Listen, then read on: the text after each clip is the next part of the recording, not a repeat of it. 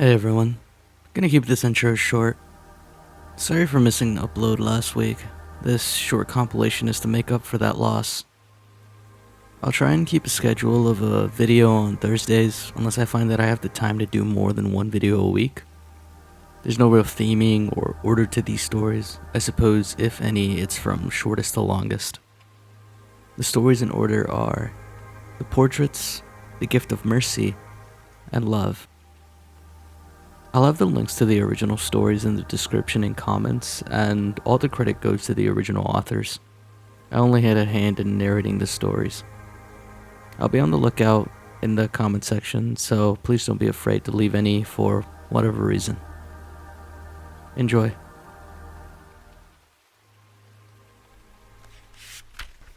There was a hunter in the woods, who after a long day hunting was in the middle of an immense forest. It was getting dark, and having lost his bearings, he decided to head in one direction until he was clear of the increasingly oppressive foliage. After what seemed like hours, he came across a cabin in a small clearing. Realizing how dark it had grown, he decided to see if he could stay there for the night. He approached and found the door ajar. Nobody was inside. The hunter flopped down on the single bed, deciding to explain himself to the owner in the morning. As he looked around, he was surprised to see the walls adorned by many portraits, all painted in incredible detail. Without exception, they appeared to be staring down at him, their features twisted into looks of hatred. Staring back, he grew increasingly uncomfortable, making a concerted effort to ignore the many hateful faces. He turned to face the wall, and exhausted, he fell into a restless sleep. Face down in an unfamiliar bed, he turned, blinking in unexpected sunlight. Looking up, he discovered that the cabin had no portraits, only windows.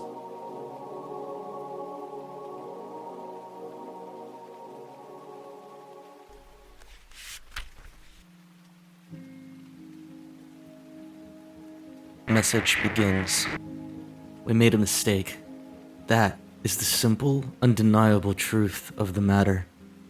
However painful it might be, the flaw was not in our observatories, for those machines were as perfect as we could make, and they showed us only the unfiltered light of truth. The flaw was not in the predictor, for it is a device of pure, infallible logic, turning raw data into meaningful information without the taint of emotion or bias.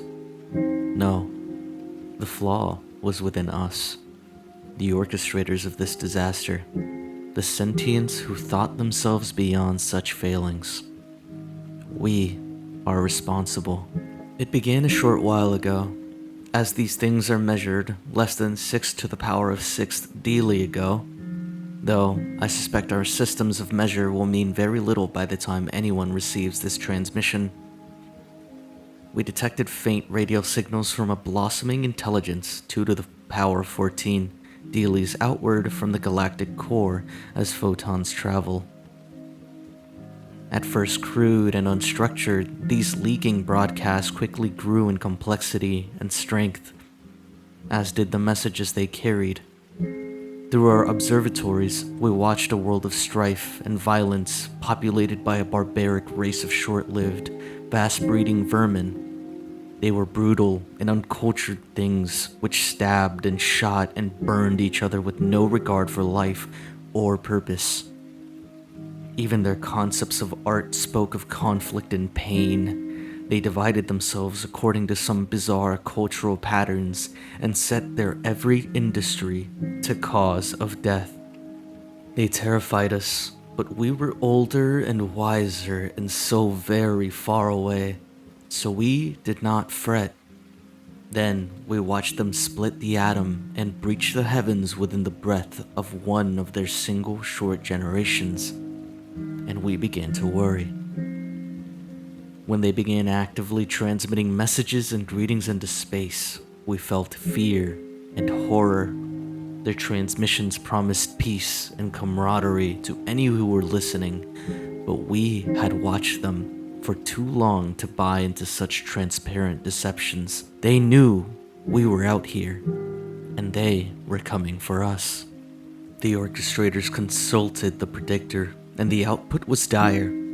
They would multiply and grow and flood out of their home system like some uncountable tide of devourer worms, consuming all that lay in their path. It might take 6 to the power of 8 dealies, but they would destroy us if left unchecked. With aching carapaces, we decided to act, and sealed our fate. The gift of mercy was 8 to the power of 4 strides long, with a mouth 2/4 that in diameter, filled with 4 to the power of 4 weights of machinery, fuel, and ballast. It would push itself up to 2/8 of light speed with its onboard fuel, and they begin to consume interstellar primary element, 2 halves to feed its unlimited acceleration. It would be traveling at nearly light speed when it hit. They would never see it coming. Its launch was a day of mourning, celebration, and reflection. The horror of the act we had committed weighed heavily upon us all. The necessity of our crime did little to comfort us. The gift had barely cleared the outer cometary halo when the mistake was realized, but it was too late. The gift could not be caught, could not be recalled, or diverted from its path. The architects and work crews, horrified at the awful power of the thing upon which they labored, had quietly self-terminated in droves, walking unshielded into radiation zones, neglecting proper null-pressure safety, or simply ceasing their nutrient consumption until their metabolic function stopped. The appalling cost and lives had forced the orchestrators to streamline the gift's design and construction.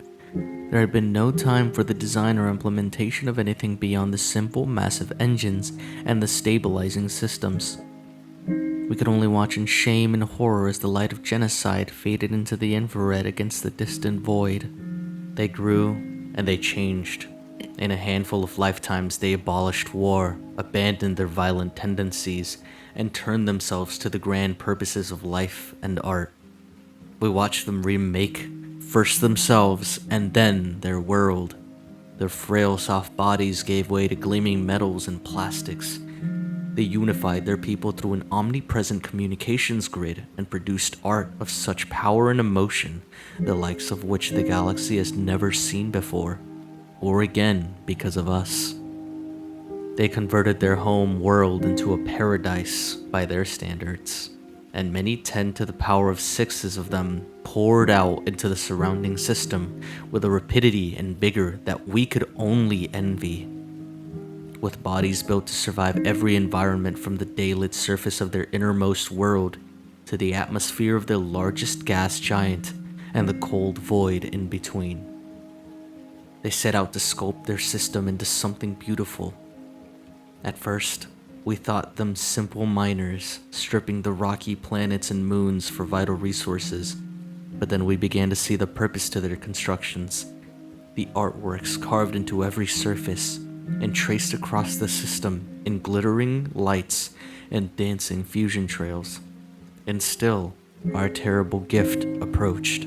They had less than 2 to the power of 2 dealies to see it, following so closely on the tail of its own light. In that time, oh so brief even by their fleeting lives, more than 10 to the power of 10 sentients prepared for death. Lovers exchanged last words, separated by worlds in the tyranny of light speed.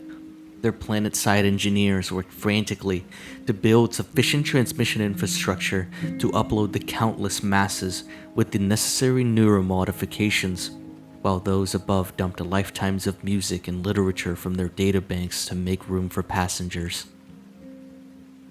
Those lacking the required hardware or the time to acquire it consigned themselves to death, lashed out in fear and pain, or simply went about their lives as best they could under the circumstances. The gift arrived suddenly, the light of its impact visible in our skies, shining bright and cruel even to the unaugmented ocular receptor. We watched and we wept for our victims, dead, so many dealies before the light of their doom had even reached us. Many 6 to the power of 4s of those who had been directly or even tangentially involved in the creation of the gift sealed their spiracles with paste as a final penance for the small roles they had played in this atrocity. The light dimmed, the dust cleared, and our observatories refocused upon the place where their shining blue world had once hung in the void, and found only dust and the pale gleam of an orphaned moon wrapped in a thin, burning wisp of atmosphere that had once belonged to its parent. Radiation and relativistic shrapnel had wiped out much of the inner system, and continent-sized chunks of molten rock carried screaming ghosts outward at interstellar escape velocities, damned to wander the great void for an eternity. The damage was apocalyptic, but not complete. From the shadows of the outer worlds, tiny points of light emerged, thousands of fusion trails of single ships and world ships and everything in between. Many tend to the power of sixes of survivors in flesh and steel and memory banks ready to rebuild. For a few moments, we felt relief, even joy, and we were filled with the hope that their culture and art would survive the terrible blow we had dealt them. Then came the message, tightly focused at our star, transmitted simultaneously by hundreds of their ships. We know you are out there, and we are coming for you. Message ends.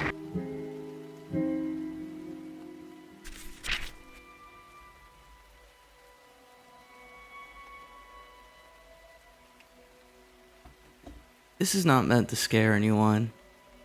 Calling it a creepy story would be a bit of an insult because it isn't one. This is an expression of gratitude toward a friend who was always there for me. He watched over me as I was growing up and was the best friend any kid could ever have, even if I didn't recognize it at the time.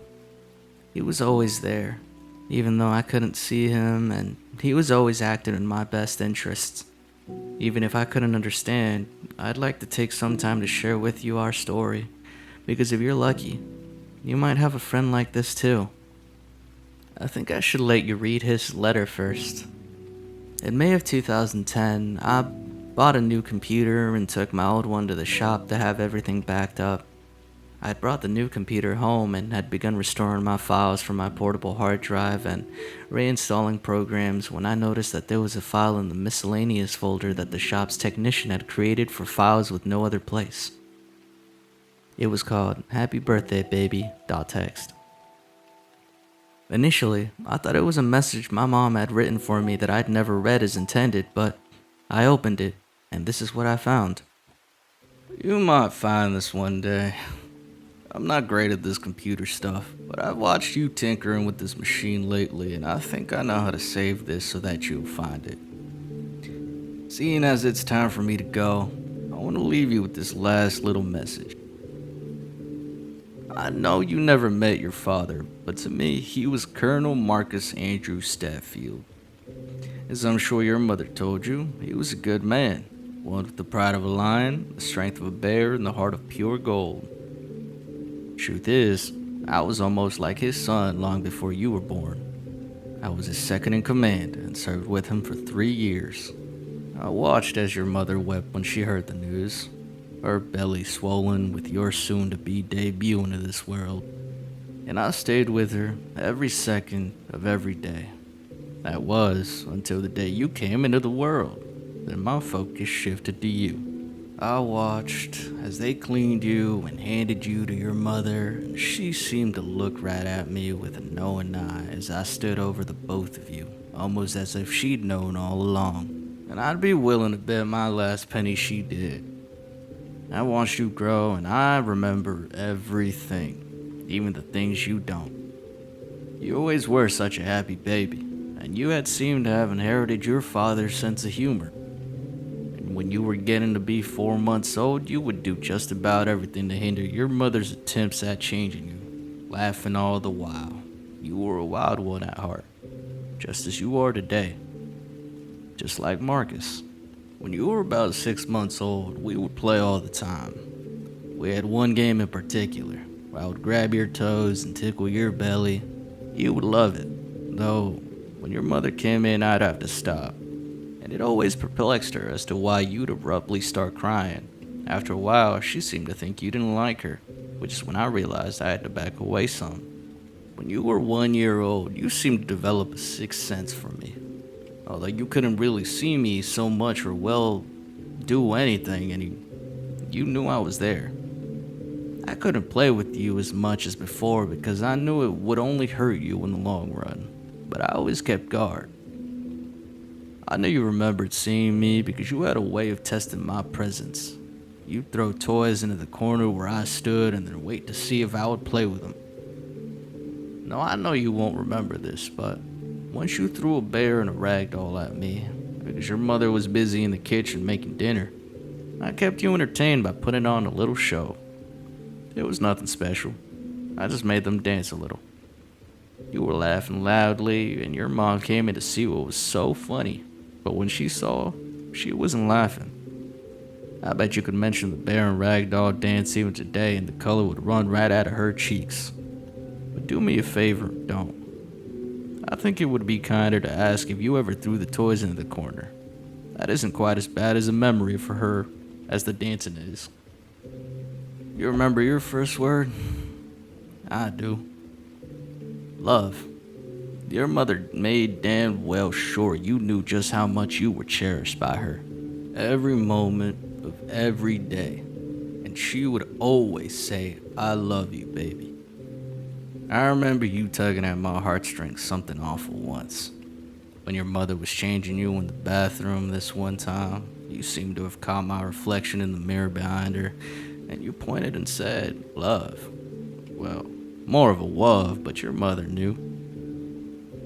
And she laughed and affirmed it. It was your only word for a time, but as I walked out of the reflection, you started getting restless, and I knew again that I had to be more stealthy. You were growing more and more every day now, and I couldn't afford to break my promise to your father, which is why I would have to retreat yet again. I broke the rules many times to protect you, for that promise to your father was everything to me. I remember when you were 3 and had mastered walking, you were a regular little scout. You could never keep still. Those little legs had opened up a whole new world to you, and you weren't shy at all about exploring it. One day, you were with your mother in the market, and a lady with a shiny purse caught your eye. You went running after her just as another shopper was running with her trolley in front of her. Coming the other way, she didn't spot you, and because you were running after the purse, you didn't see her either. Breaking the rules was not allowed, but allowing you to get hurt wasn't permissible either. By the time you noticed her, it was already too late. You fell on your bottom before you could scamper out of her way.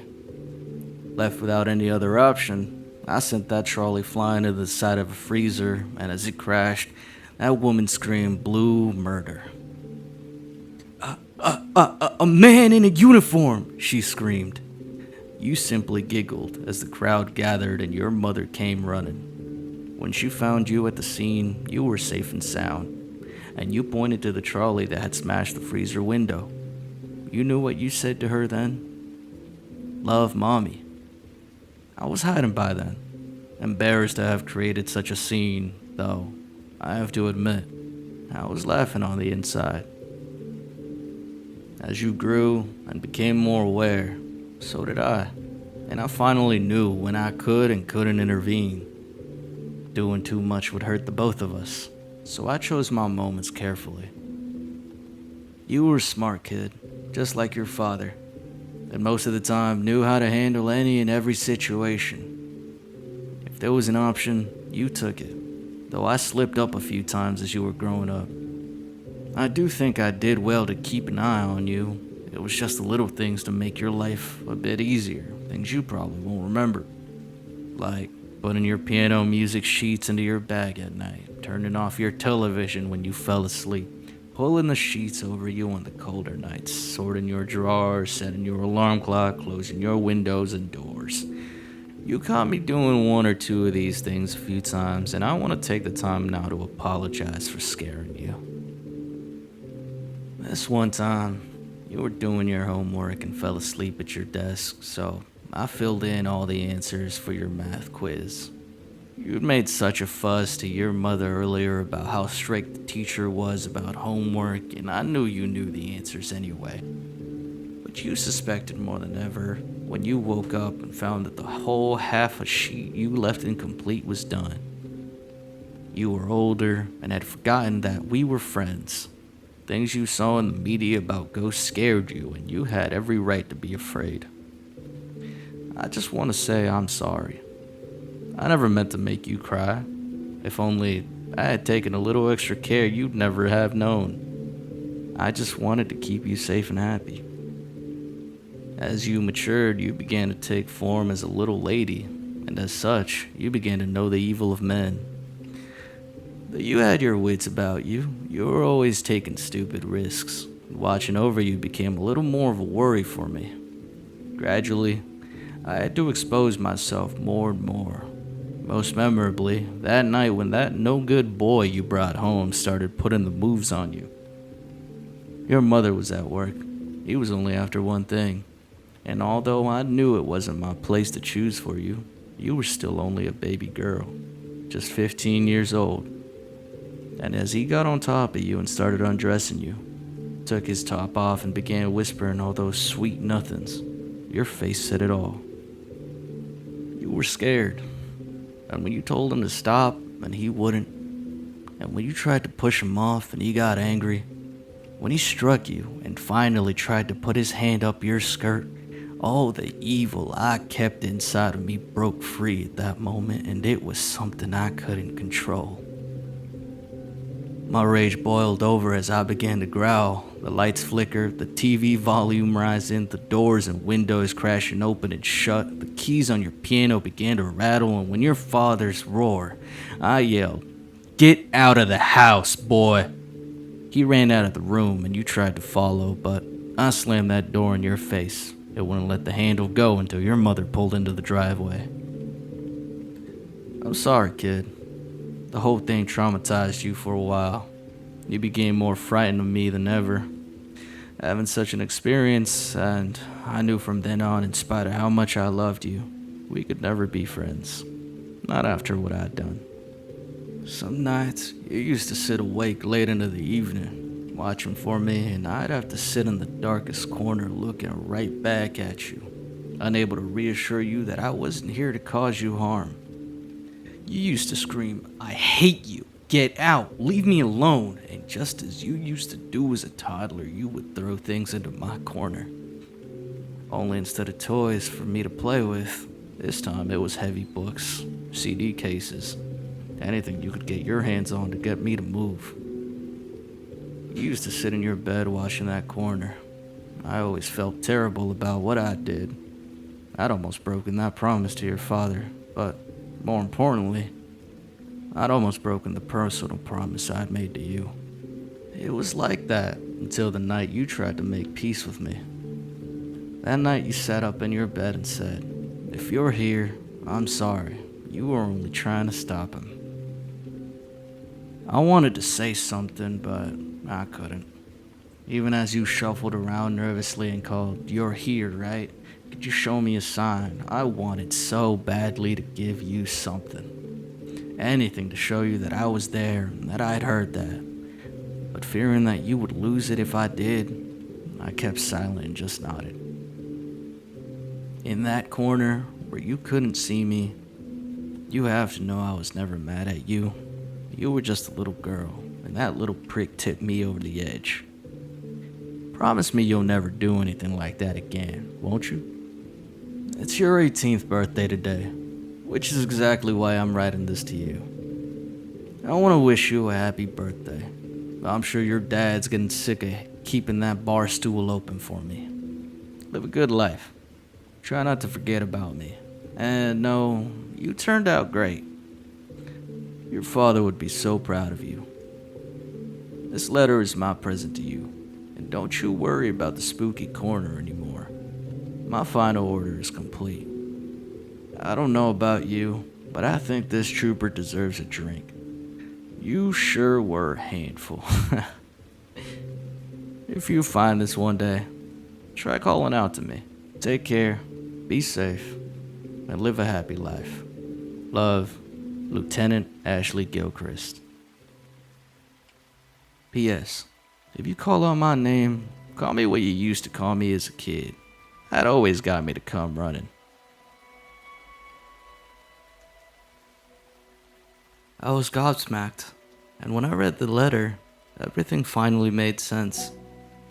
All the things that happened when I was growing up, I'd always thought I was seeing things until that day when my ex-boyfriend almost raped me.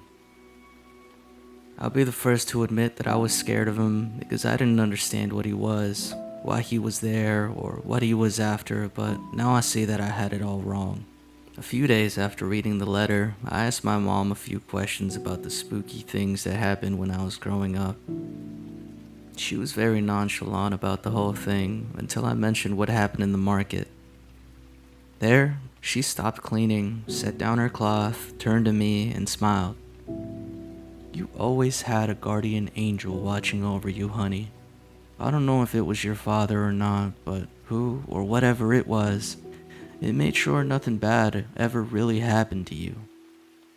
As she turned around and began cleaning the dishes, she asked, "So I guess you met it then, right? Your spirit friend." "Not exactly. He left something for me." I went upstairs, brought my laptop down, and showed her the letter on my computer. My mother was crying by the time she finished, and she told me all about my dad's friend. He was a kind boy. Mark brought him home once to meet me, and he had a certain thing about him. That man was as loyal as a dog to your father. He had a love and respect for him that even I was intimidated by at times. When he came to our home on leave, Marcus nearly had to order him to make himself at home, and he even had to be asked to take his uniform off. He looked up to Marcus almost like a boy looks up to his father. I don't really know his background, but I remember your father telling me that he was a good drinking partner, a fine soldier, and an invaluable friend. She took a deep breath and choked back a few of her tears before continuing on. They found that poor boy and your father all alone in a building that had been overrun by their enemy. They'd been out on recon and their team got separated when they came under fire. The rest of the boys on your father's team survived, but those two weren't so lucky. The way they found them was peculiar.